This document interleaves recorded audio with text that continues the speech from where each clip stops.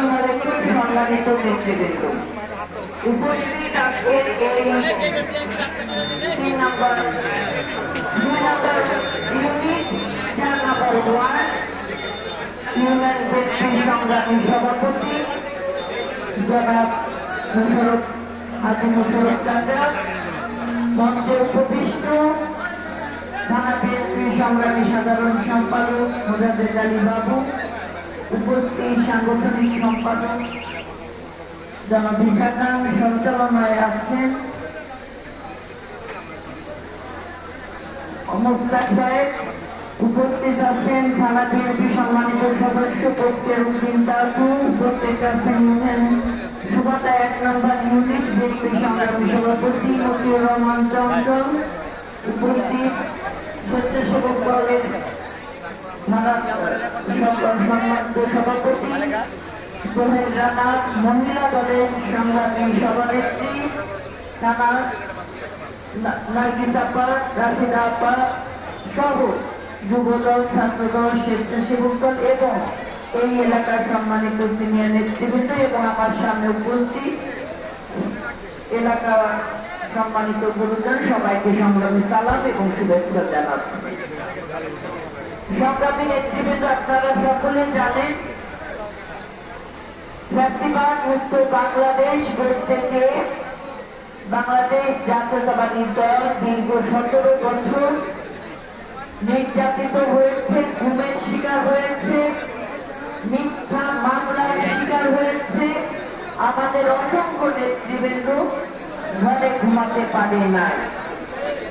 আপনারা সকলে জানেন বাংলাদেশের সবচেয়ে জনপ্রিয় নেত্রী, গণতন্ত্রের মা দেশনেত্রী বেগম খালেদা জিয়া বাংলাদেশের জনগণের গণতান্ত্রিক অধিকার পূর্ণ প্রতিষ্ঠার জন্য তিনি কারাগার, নির্যাতন এবং তিনি জীবনের সর্বোচ্চ ত্যাগ স্বীকার করেছেন, মেনে নিয়েছেন কারাগার, কিন্তু তিনি আপোষ করেন নাই।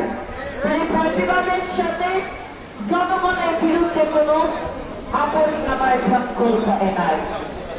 তাই তো গণতন্ত্রের মা দেশনেত্রী বেগম খালেদা জিয়া শেখ হাসিনা, মাফিয়া শেখ হাসিনার ব্যক্তিগত আক্রোশের শিকার হয়েছে। আপনারা জানেন দীর্ঘ 17 বছর যাবৎ বাংলাদেশের মাটিতে নিজের মাতৃভূমিতে নিজের মায়ের চিকিৎসা সেবায় আমাদের নেতা দেশনায়ক জনাব তারেক রহমান অবস্থান করতে পারে নাই। শুধুমাত্র একটাই কারণ তিনি জাতীয়তাবাদের নেতৃত্ব দিয়েছেন। তিনি বাংলাদেশের গণতান্ত্রিক আগে সকল রাজনৈতিক দলের নেতা হয়েছিলেন। তিনি বাংলাদেশের মুক্তিকামী জনতার পক্ষে, ফ্যাসিবাদের বিরুদ্ধে আমাদেরকে মাঠে নেতৃত্ব দেওয়ার আহ্বান জানিয়েছেন এবং গণতন্ত্র পুনরুদ্ধারে তিনি একজন অগ্রনায়ক হিসেবে তার দায়িত্ব পালন করেছেন, দলের দায়িত্ব পালন করেছেন। এখনো আমাদের নেতা দেশে আসতে পারে নাই। আপনাদেরকে বিষয়গুলো উপলব্ধি করতে হবে, এখনো মাথায় রাখতে হবে এই জাতীয়তাবাদের রাজনীতিকে ধ্বংস করার জন্য অনেক দেশি বিদেশি ষড়যন্ত্রকারীরা কিন্তু তৎপর।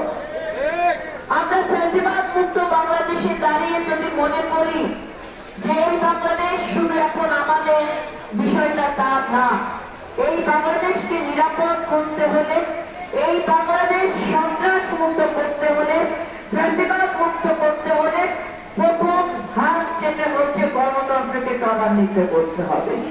আর গণতন্ত্রকে ত্বরান্বিত করার প্রথম ধাপ হচ্ছে একটি অবাধ, সুষ্ঠু, নিরপেক্ষ নির্বাচন। তাই বিএনপি বারবার জাতীয় নির্বাচনের কথা বলছে, কারণ একটা জাতীয় নির্বাচনের মাধ্যমে জনগণ তার ভোট দিয়ে তার সরকার, তার জনপ্রতিনিধি নির্বাচন করতে পারবে এবং একটি টেকসই সরকার ছাড়া, জনগণের প্রতিনিধিত্ব সরকার ছাড়া পৃথিবীর কোন ইতিহাসে কোন রাষ্ট্র অনির্বাচিত সরকার দিয়ে কোন স্থায়ী সমস্যার সমাধান করতে পারে নাই। তাই আজকে আপনারা সকলে দেখেছেন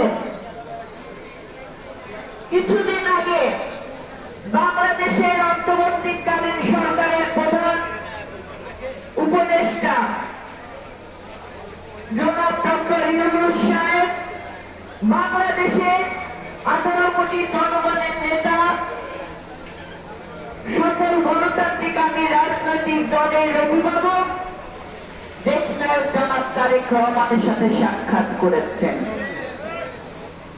এটা আমরা সবাই এই ফলপ্রসূ সাক্ষাৎ এবং দেশের স্বার্থে সবাইকে ঐক্যবদ্ধ করার এই প্রচেষ্টাকে আমরা সাধুবাদ জানাই। কিন্তু পাশাপাশি আমাদের মনে রাখতে হবে, আমাদেরকে সতর্ক থাকতে হবে, জনগণের অধিকার যদি কোনোভাবে প্রলম্বিত করা হয়, জনগণের অধিকারে যদি আর কোনো আসর পড়ে, সে হাত আমাদেরকে ভেঙে দিতে হবে ভাইয়েরা। আপনাদেরকে আমি শুধু এটাই বলবো,